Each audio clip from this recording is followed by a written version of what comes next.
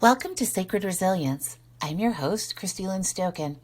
This is a space where we speak honestly about the realities of trauma, the weight of emotional abuse, and the powerful process of healing. Today, I want to share a reflection on something that often surprises survivors. The moment in healing when you begin to see that the very pain you endured holds unexpected gifts. It's not about glorifying abuse. It's about reclaiming the parts of ourselves that grew stronger in spite of it, and sometimes even because of it. I'd like to begin with a poem of mine that captures this turning point, when harm begins to transform into wisdom and brokenness into beauty. You told me I was too much, so I shrank myself small. Now I see it was your fear, not my light, that blinded you. You said I was fat, ugly, stupid, that I disgust you. Those words cut like shards of glass, but over time, they turned into mirrors. And I learned to see myself clearly, beauty in my reflection, intelligence in my survival, strength in every step forward. You tried to clip my voice, but every time you silenced me, I learned the language of truth more fluently in my own skin. When you withheld tenderness, I found softness in unexpected places. In the quiet of morning, in the arms of friends, in the steady breath of prayer.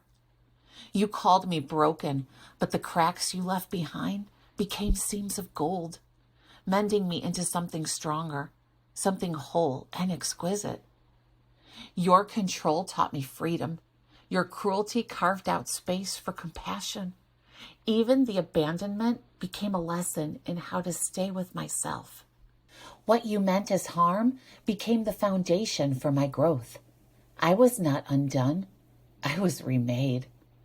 And the gifts you never meant to give are now mine to carry forward. So, thank you. That poem captures a truth many survivors eventually discover. There comes a point in the healing journey where you realize the pain you endured, the emotional abuse you survived, becomes something more than just wounds.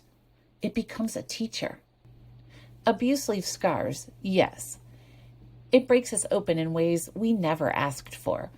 But in the cracks, light can enter. And in that light, we begin to see our own resilience, our own worth, our own unshakable truth. At first, it doesn't feel like a gift. It feels like loss, destruction, like being shattered beyond repair.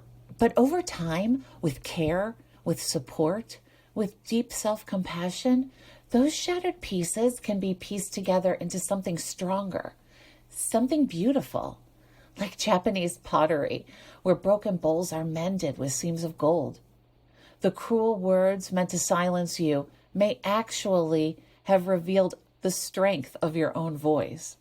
The rejection that was meant to destroy you may have led you back home to yourself.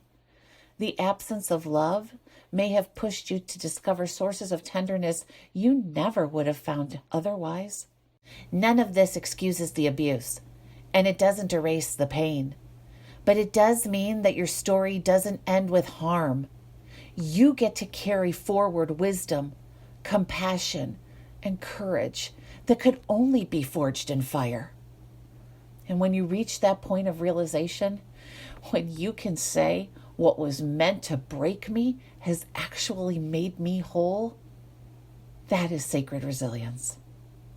Until next time, be gentle with yourself.